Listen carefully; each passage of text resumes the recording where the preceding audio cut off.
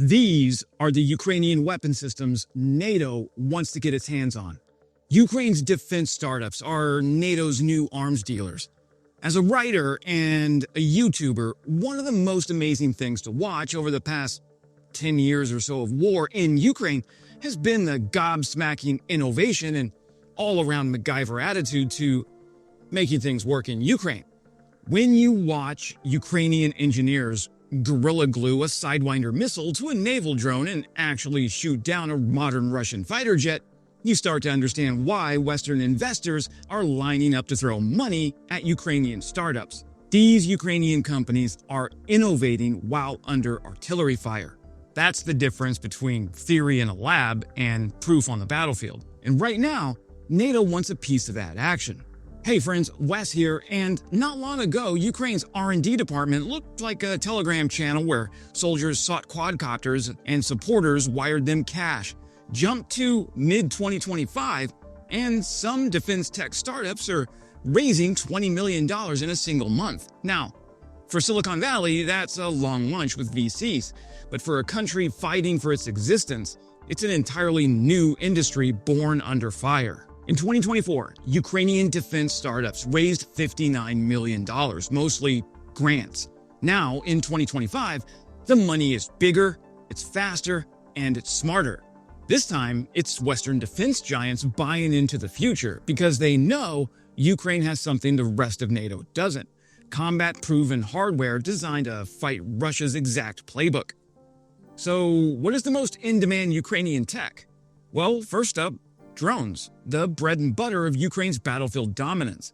NATO planners look at Ukraine's $500 FPV kamikazes and they see the kind of cost-to-kill ratio their own procurement programs can only dream about.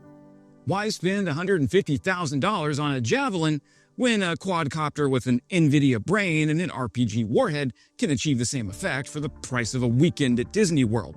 NATO wants in because these drones are actually changing the battlefield doctrine on combined arms, and they're cheap enough to scale faster than Russia can build new armor. Next on the shopping list are ground robots. Ukraine's Termit and other unmanned ground vehicles have hauled ammo, evacuated wounded, and even carried machine guns into combat.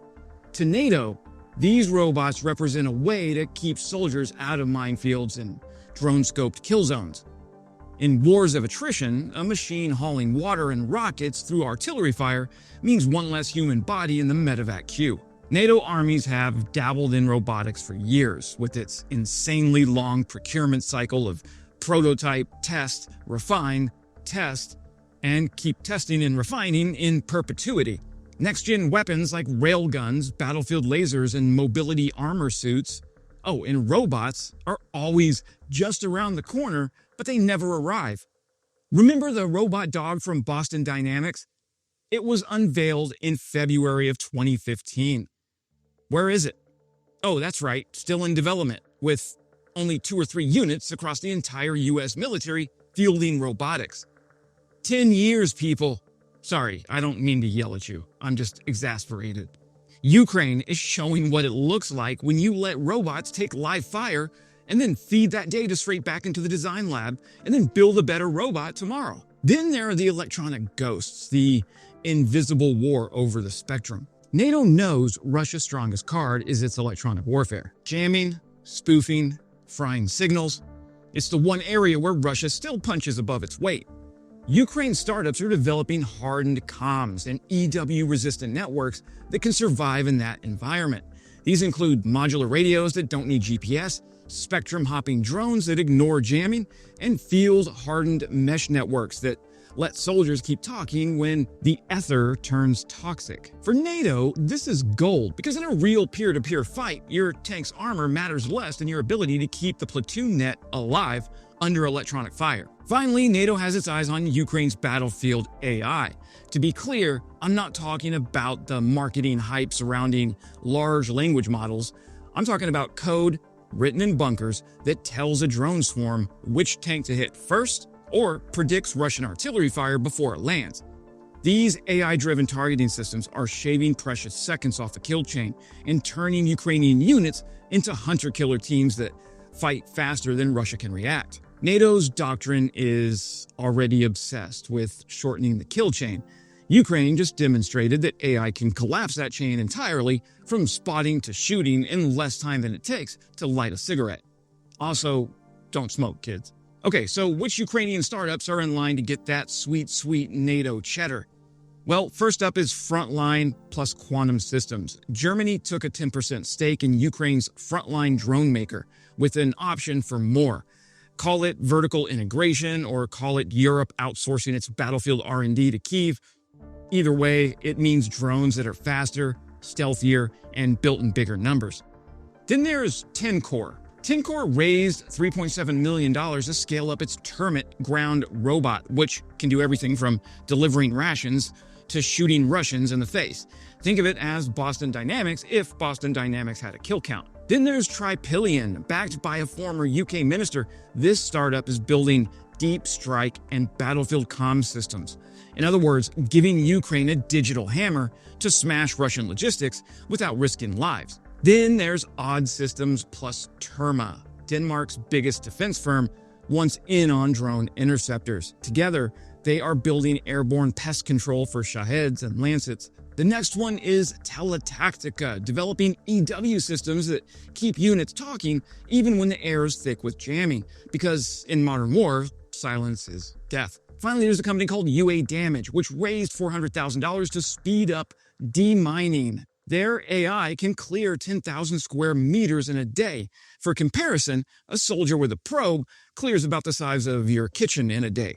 I know from experience. Each of these is a lab where combat data turns into battlefield hardware at warp speed. NATO has entire binders full of ideas for futuristic weapons, many of which die slow deaths in conference rooms after a decade of committee presentations. Ukraine, by contrast, has a brutal lab where ideas either survive Russian fire or they don't.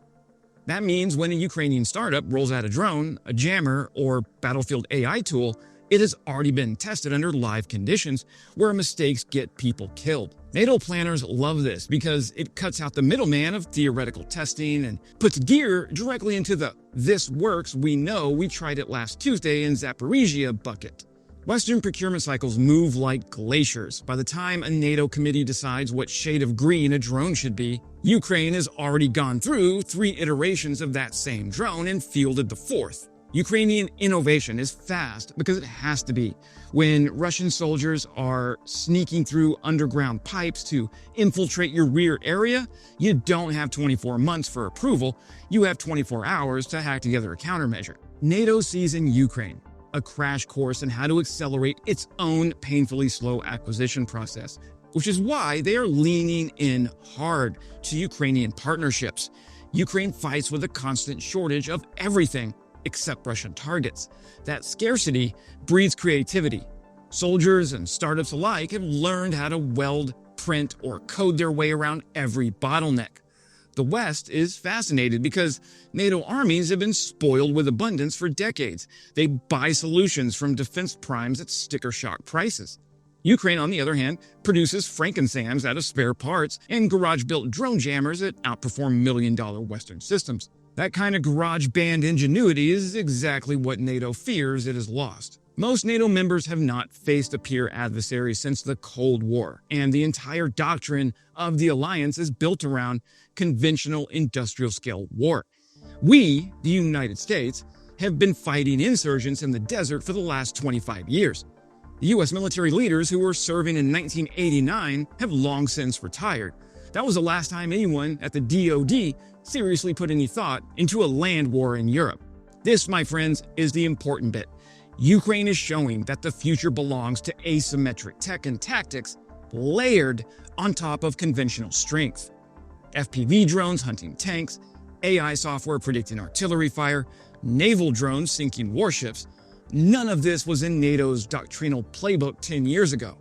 Now, NATO officers are taking notes like they're undergrads in a lecture hall because they know these asymmetric edges will decide the next war, whether it's in Eastern Europe, the Baltics, or the Taiwan Strait.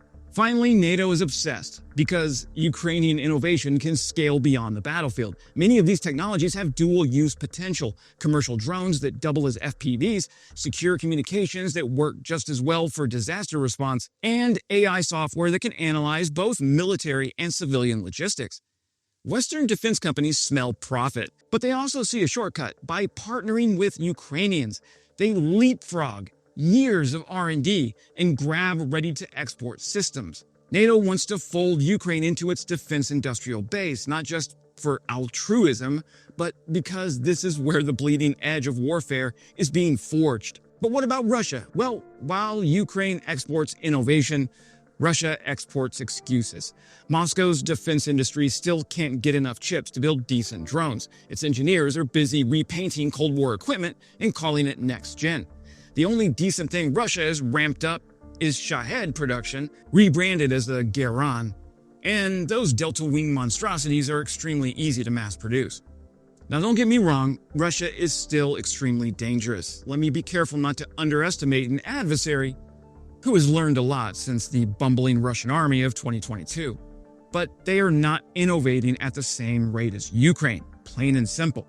Ukraine's defense tech startups are prototypes of NATO's future. The alliance will copy, adopt, and scale these ideas.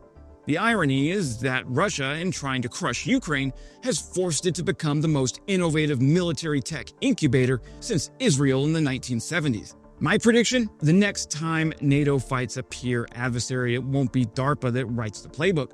It'll be the Ukrainian startup scene. Born in blood, refined under fire, and financed by a coalition that realizes the future of war is already flying over Donetsk. Would you trust an American defense startup that spent 15 years building pretty PowerPoint decks, or the Ukrainian one that just destroyed a $50 million Russian radar system with a $500 drone? My point exactly. That's it for today, my friends. Subscribing is the best way to help me fight Russian disinformation and keep Ukraine's defense top of mind for millions of my monthly viewers. And as always, glory to Ukraine, glory to the heroes. Crimea is Ukraine.